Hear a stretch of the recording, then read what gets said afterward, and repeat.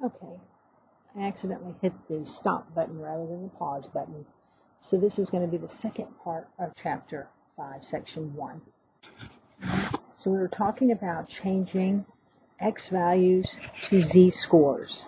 X values to z-scores. So if we go back to this example and we look at the fact that we have a standard deviation of 305, a mean of 305, standard deviation of 40 for this example. What I'm going to do is, again, transform these x scores. So these are x scores,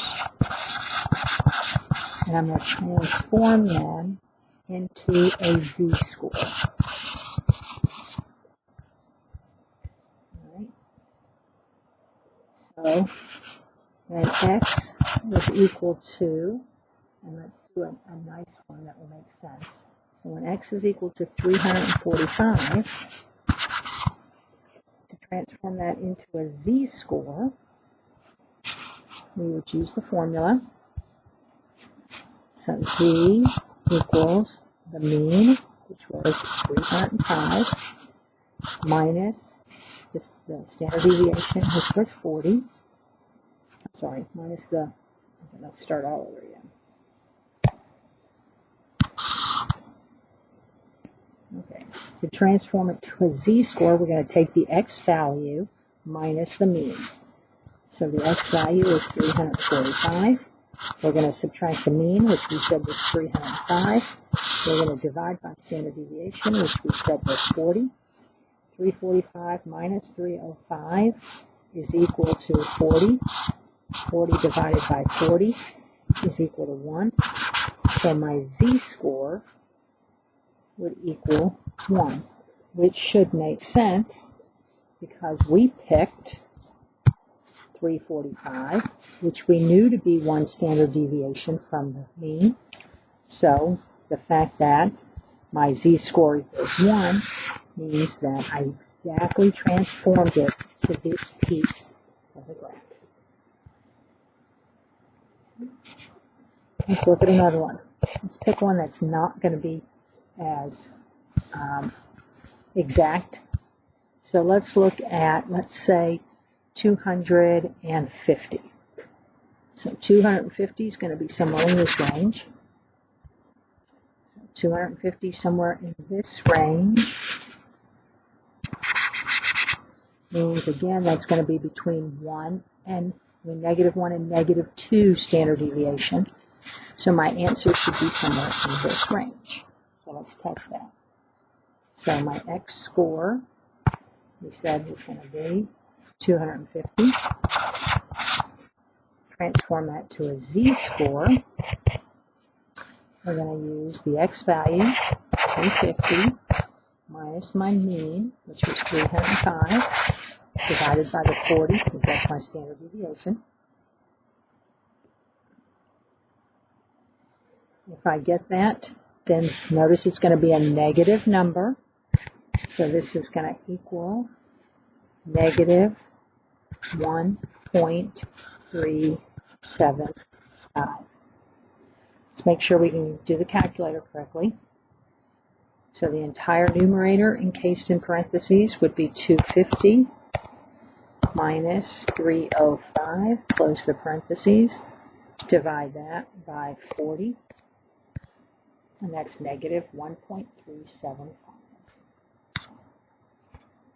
And again, that should make sense because 250 falls in here. If I'm transforming this, then this would be -1 standard deviation. This would be -2 standard deviation. Somewhere between -1 and -2. And it is somewhere between 1 and -2. It's negative 1.375. So making this transformation will take any graph with any type of data, whether it be test scores, cholesterol, whatever, and convert it to this standard normal, and now we can do more with it. Right. So what does this mean? All right. Now this z-score, it's right here, is actually going to tell me, this is going to refer to the area. So it's actually going to give me a probability that relates to the area. And we can do that in a couple of ways. The first way is to use the chart. And you'll be provided these charts on an exam. So if you look at the chart, here is the standard normal distribution.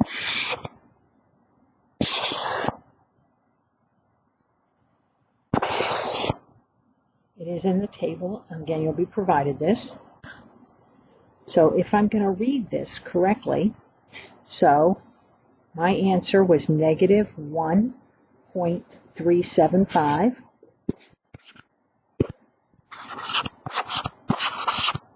not sure how to change the color on this. Let me see.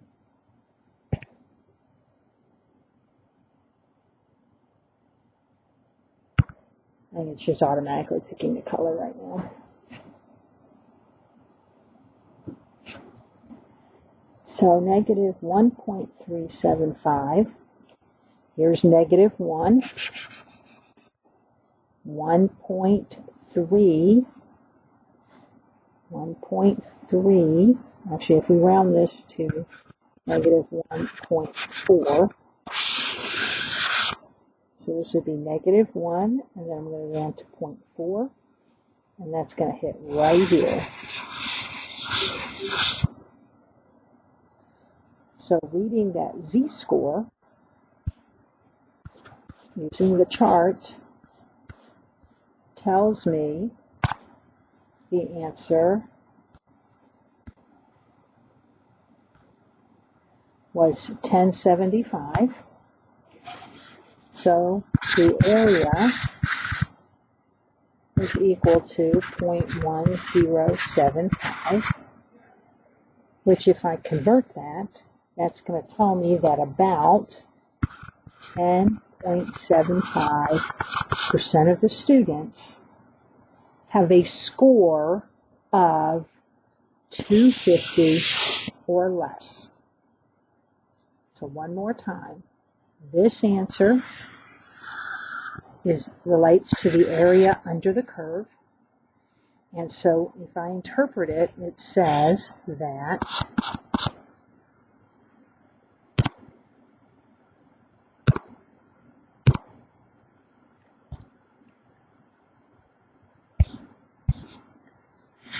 about 10.75% of students will score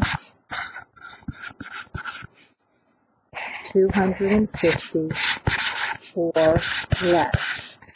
We're going to talk about this or less in just a minute.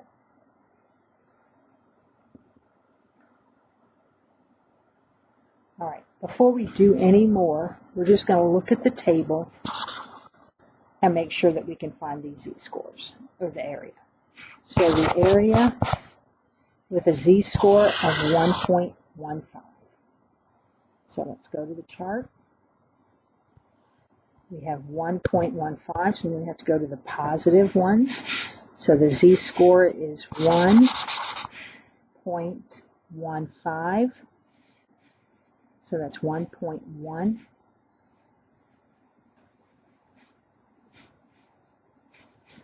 And 1.1 is this value, 0.8438. 1.2 is 8461.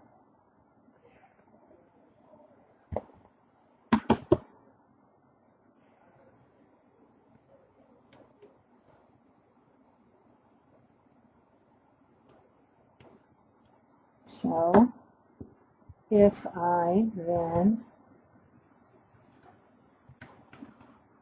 go back to my problem,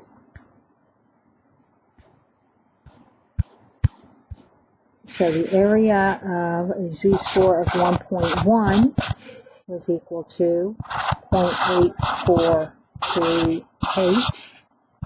Area of 1.2 is equal to 0.8461.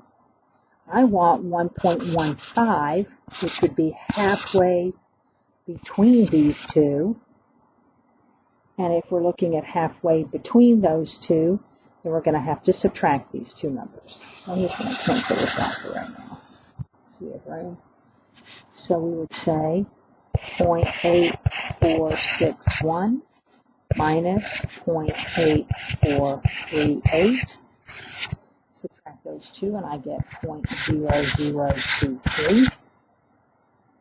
I'm going to add that to my 0.8461, and I'm going to get 4848. So roughly my answer is 0.4848. So you can see how complicated this is going to get in a hurry whenever you have to do all of this addition and subtraction and whatnot, which is why we're going to look at the calculator. All right. Now, before I can look at the calculator values then, I do have to understand how it's giving me answers. Remember, the calculator is only as smart as the person operating it, so I have to understand how it's working in order to get the correct answers. The calculator always, and the table as well. So this is true for the table, but always the chart or the calculator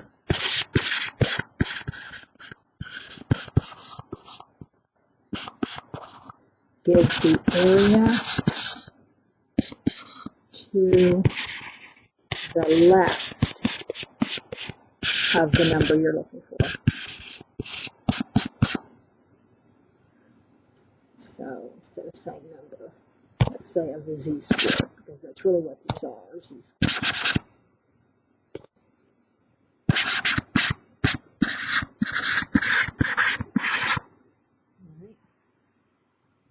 So as you can see here, using the standard normal curve, we always get numbers that accumulate to the left. So that's fine if I want to find an answer that's less than a number, but it's not going to be as nice if I'm going to try to find a number maybe in between two values.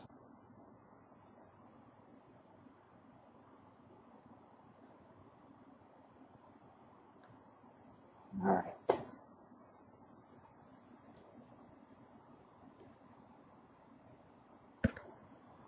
All right. So the first example says find the area under the standard normal curve to the left of z equals negative 0.199. Well, remember this is almost negative 1, which would be 1 standard deviation. So if I'm looking at it on my chart, left picture, negative 1 standard deviation is going to be somewhere right here.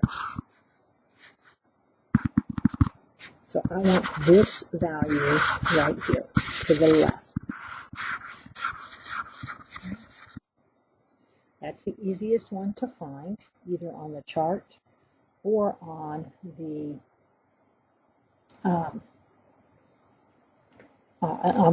calculator. So let's look at what we're going to use on the calculator. So we're using the calculator. We're looking for normal CDF.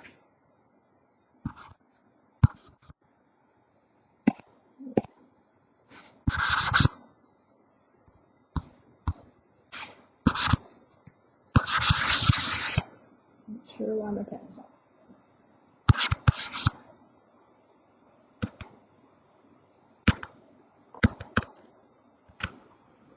So to use the calculator then, we're looking for normal C, C, F, and then we're going to have to put in some parameters. So normal CDF on your calculator is going to be, again, found using the second and then the distributive button. So on our calculator, second vars gives me my distributions. Be careful not to pick PDF. We definitely want CDF. So that's going to be number 2. When we pick that, it's going to give us this lower bound, and then it's going to give us an upper bound, because we're always looking to the left. This negative 1 E99 is a very large negative number. It's negative 1 with 99 zeros behind it. So it's a very large negative number. So that's by default. If you don't have this key, if you type in like negative 10,000, that would be fine. Just something very large. The upper bound then is going to be where we end, because again, we're only going to the left. So it's where we're going to end this left part of the curve, which in this case was negative 0.99. So negative 0.99. My standard deviation is always 0. My mean is always 0. Standard deviation is 1. So if I just go down and hit paste and hit enter, this is what it's going to look like.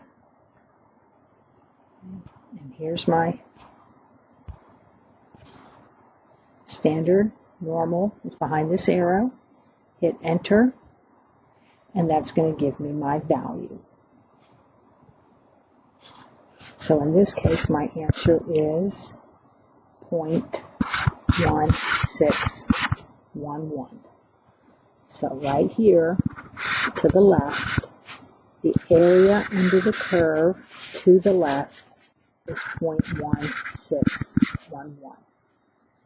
So that can be looked at as the probability. So the probability that we had a score of negative 0.99 would give me about 16% of the time. Or probability of it happening would be 0.16, depending on what the question asks. So under normal, you're going to put a very large negative number. And again, negative 10,000 is large enough.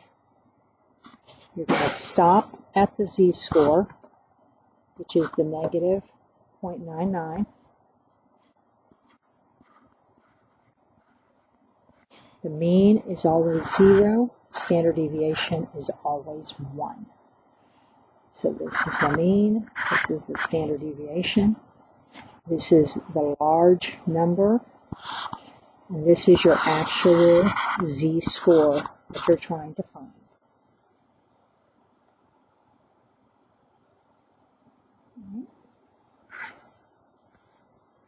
So what happens if we want to go to the right? Well, again, your calculator only goes left. So what happens if we want to go right?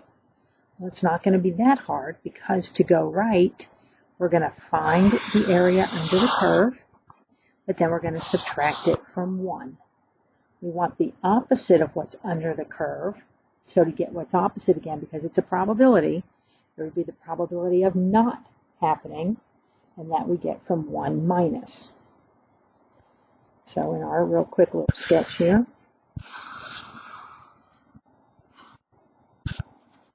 here is my mean, here is my 1 standard deviation. My z-score is 1.06, so it's going to be just a little bit above 1. This is 1 standard deviation. So we're going to be right in this area.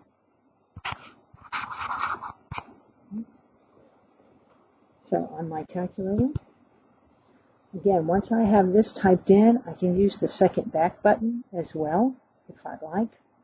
And then I can just tab over to change.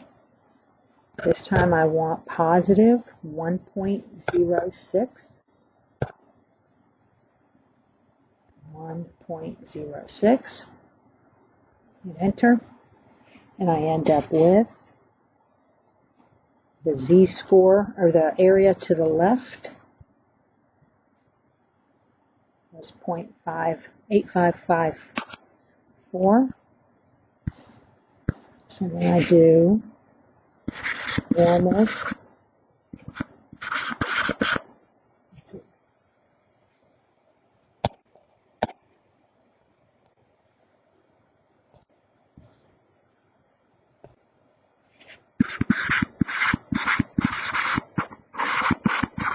CF, which I CF.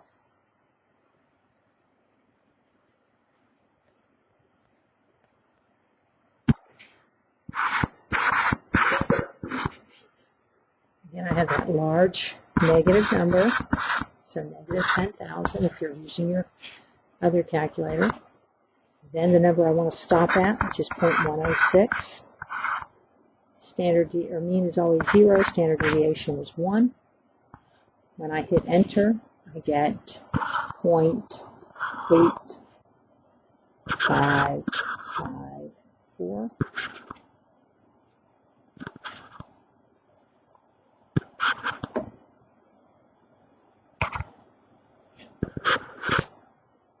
Not sure what's going on with the pen.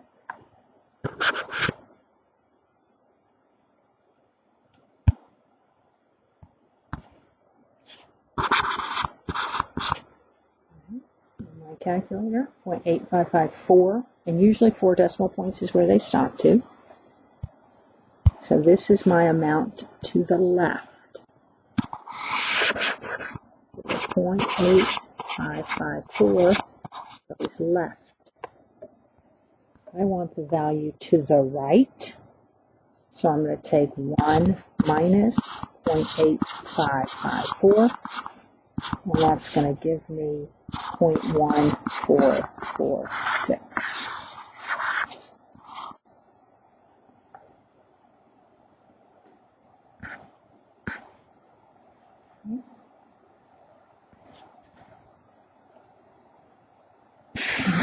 We're doing this already. So now I want a number between two values. So between these two values. Okay. So if I'm looking at a quick picture,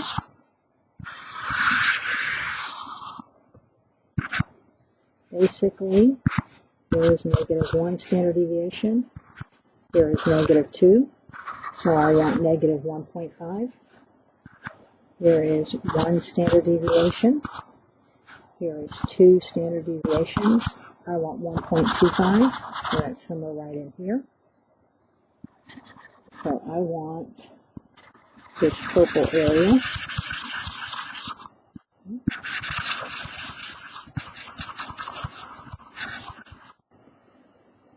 So in order to do that then, I remember that everything always finds it to the left. So if I look at this value, I'm going to go to the left and get an entire amount that way. If I look at this value from here, and I go left, I'm going to get that amount.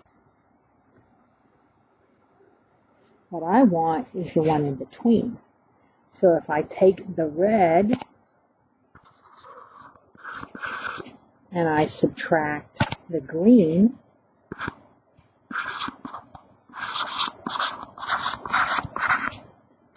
take the red value, so take this area and subtract off this piece, I'm going to get what's in the middle. So I'm going to get the purple. So red minus green is going to equal purple. Or, remembering red's going to be the largest, so it's going to be largest minus the smallest. So, on our calculator, we put normal,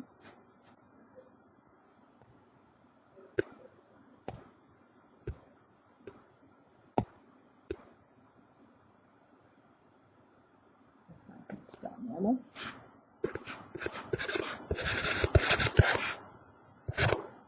CDF, negative 10,000.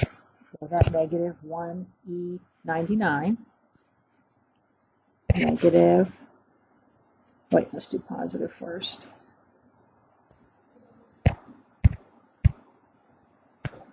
So the positive value is the 1.25, the larger value, comma 0, comma 1. Then I'm going to do normal CDF, the negative 10,000. This smaller value is the negative 1.5, comma 0, comma 1. Go to my calculator.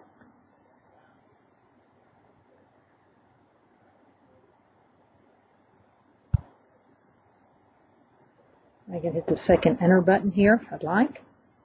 Back it up. The larger value is the 1.25.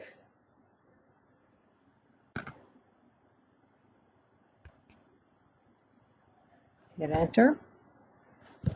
And that value is 0.8944. 8944. And then go back up until I get to negative 1.5.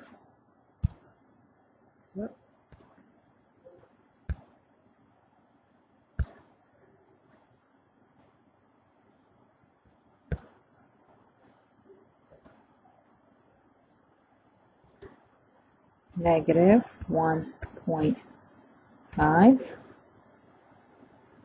Hit enter. And that value is 0.0668.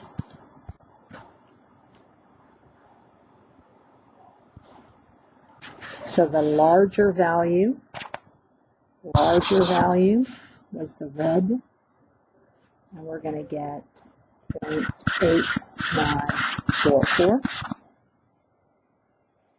The smaller value, which was the green, is going to be 0.0668. If I subtract these two numbers, then I'm going to get the purple area. Change to purple. So 14 minus 8 is 6. 13 minus 6 is 7. 8 minus 6 is 2. 8. So 8276.